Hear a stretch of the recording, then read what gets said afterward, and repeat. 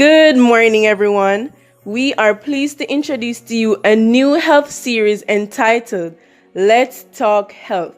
The series is aimed at providing information, guidance, as well as biblical evidence about specific health topics so that we can live a healthy and happy life in Christ. We hope that you will enjoy and share these publications, as the most effective way in bringing others to Christ is through His method. After we have ministered to their health needs, their hearts will be open to the gospel. A new publication will be made every other day, so stay tuned.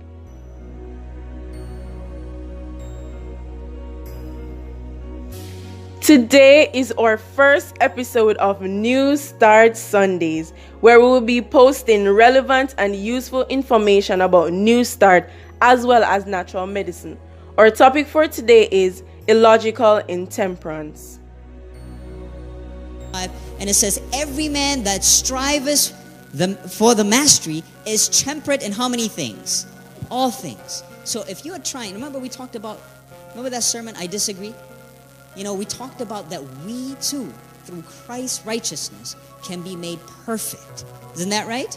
And so in that, every man who is striving to become perfect in Christ Jesus has to be temperate. Okay? In all things, not just in some things, but in all things, right?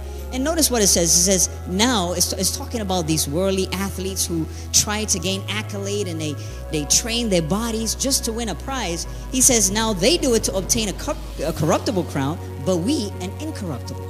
Showing that to win Christ means more than just a worldly competition. Now, I want you to know what the definition of true temperance is. And this is a very good way. It brings it out. And I got this from Patriarchs and Prophets, page 562. It says, true temperance teaches us to dispense entirely with everything hurtful and to use judiciously that which is helpful. Okay?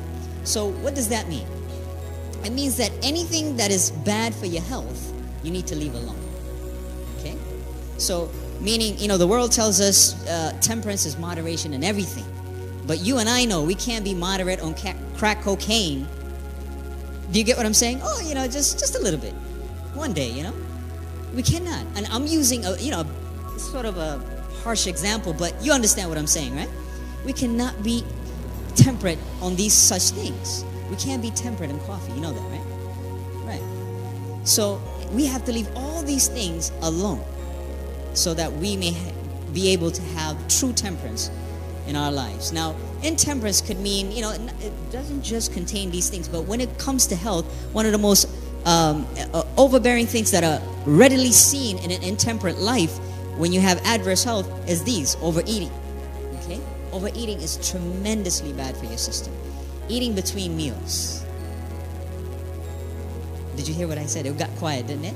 Eating between meals. I was talking to a young man who was working with me, and I was telling him that to actually eat in between meals is to eat emotionally. You don't really need it, but because your emotions are running high. And I told him, usually self shows itself through feelings. No principles involved. Do you get what I'm saying? So eating between meals is absolutely hurtful. Spirit of prophecy tells us it could lead to death. Oversleeping, overworking, stimulus, narcotics, overstudying. Did you hear what I said? Overstudying brings so much blood to your brain, right? And you don't have good circulation. You don't think right. We're told that too much brain work could lead to intemperate thoughts.